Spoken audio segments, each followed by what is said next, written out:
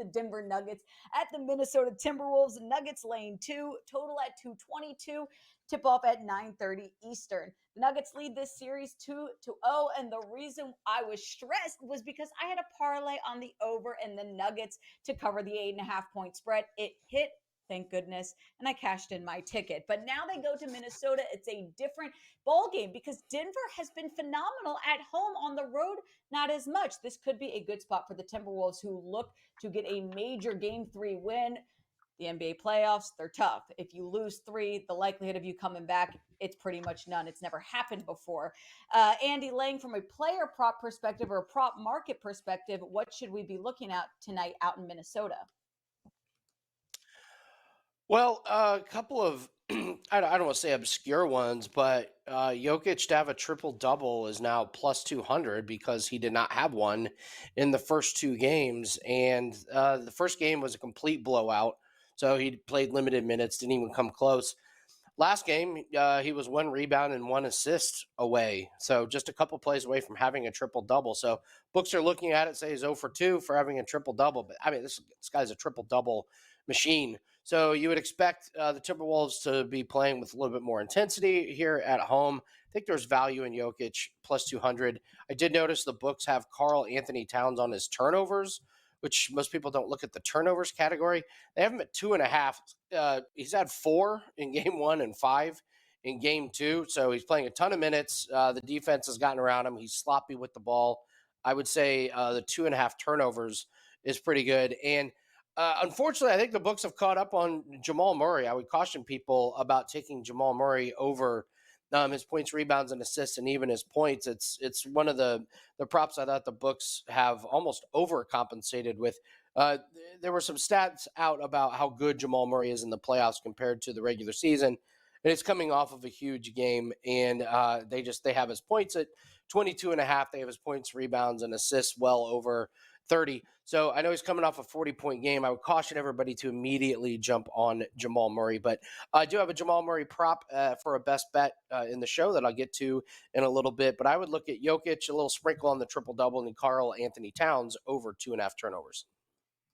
Andy, I was this close the other night to getting that Jokic triple-double. He just needed 1 more rebound and 1 more assist, but that's how betting goes. Ralph Michaels, for the Minnesota Timberwolves to win, it's going to have to be a big game from Anthony Edwards again. We're going to have to see a lights-out performance from him, also Karl Anthony Towns getting in, and then they can stand a chance here. That's the only way that the Timberwolves get it done tonight. What do you think, and what are you looking at for this one, Game 3 in Minnesota? Well, I am going to lean Denver again. And the reason is this: both teams shot over 50% last game. Denver shot 54, Minnesota shot 50.6. Do I think Denver is more likely to shoot 50% on the road, or do I think Minnesota will shoot 50% in back-to-back games? You look, and since the end of March, they've only topped 50% in one game, and that was at San Antonio, where they went nuts and shot 55%, but they allowed 52% in that game. So this is a game that I'm using as my best bet. I'm going to go Denver again. We saw that. We had the suspension in game 1. We saw the teams not playing in sync game 2. We saw the defensive issues in game 2 for them. And Edwards, can he score 40 plus again? Yeah, he can. But Denver has so many more scoring opportunities for them. So not many options in this for me. I am using Denver. I'm leaning Denver. I'm leaning Denver best bet as well. But it's just because of the situation. Minnesota playing non-cohesively. Denver, I think, is still feeling disrespected. I mean, when you were the number 1 seed and you dominated like you do, and you were the 3rd, maybe you were almost tied for 4th as far as being able to win the Western Conference, the division future, the future odds to win the Western Conference. So again, this is the away favorites have worked for me in game 3. I'm going to stick with it again here. I agree with you, Ralph.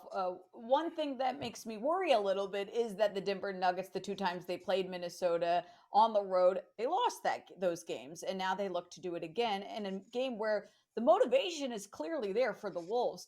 Steve, could we eye maybe a total? Is that the move here at 222, or are you going to be looking at the spread? Well, it's tricky because just like the first game we talked about, we've got that 0-2 situation, which has always historically been a very strong play for the home team down 0-2. But then again, just like the Boston Atlanta series, we have the better team up 2-0. And as Ralph said, road favorites usually do okay in that spot. I do think Minnesota has a chance here, though, for a few reasons. First of all, Denver, as you said, was not as good on the road this year, Megan. They were just 19-22 in all games on the road this year, not just the Minnesota games. And that makes sense because they have a substantial home court advantage, especially in the regular season due to the thin air and altitude. They can catch teams in a no rest or a 3 and 4 day game situation. The playoffs, everybody has the same rest, same travel. So I think it's less of an edge. But this is a Denver team that overall, what were they, 36-7 at home, I believe, now after the 2 wins, but just 19-22 on the road. We saw an extreme home road dichotomy with Golden State entering the playoffs. Home team is a perfect 3-0 in that series so far against Sacramento. So I do think Minnesota has a chance.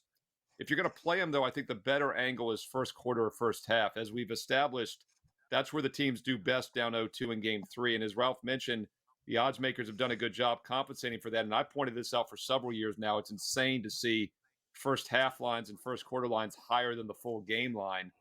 I do a lot of analogies to the financial world. It's like negative interest rates a few years ago. In hindsight, that was insane. Now the rates are at like 5%. But I do think we're getting more reasonable price here around the pick'em range when the full game line is 2.5. So if you're going to take Minnesota, I like the early bet better. Same with Atlanta. Take them early because the better team likely pulls ahead later. As far as the total in this game, it's tricky because the first game in Denver landed just 189, well under the total by 30 some points, almost 40 points. But again, that was a blowout, right? So it wasn't a true result. The last game was a little bit more of a true result, but even then, Denver was up by 15 at the half. I think Minnesota probably needs to play a little bit more D if they're going to win tonight. I know that's not their MO, but once again, they're going to have to get some defense on their home court to have a chance. Sean Evans brings a good point up in our YouTube live chat about the total. He says the total's gone over in 7 of the last 9 games when playing Minnesota, that is Denver. And so maybe it is the move to play the over at 222. Either way, this is a competitive series and a must-win game for Minnesota.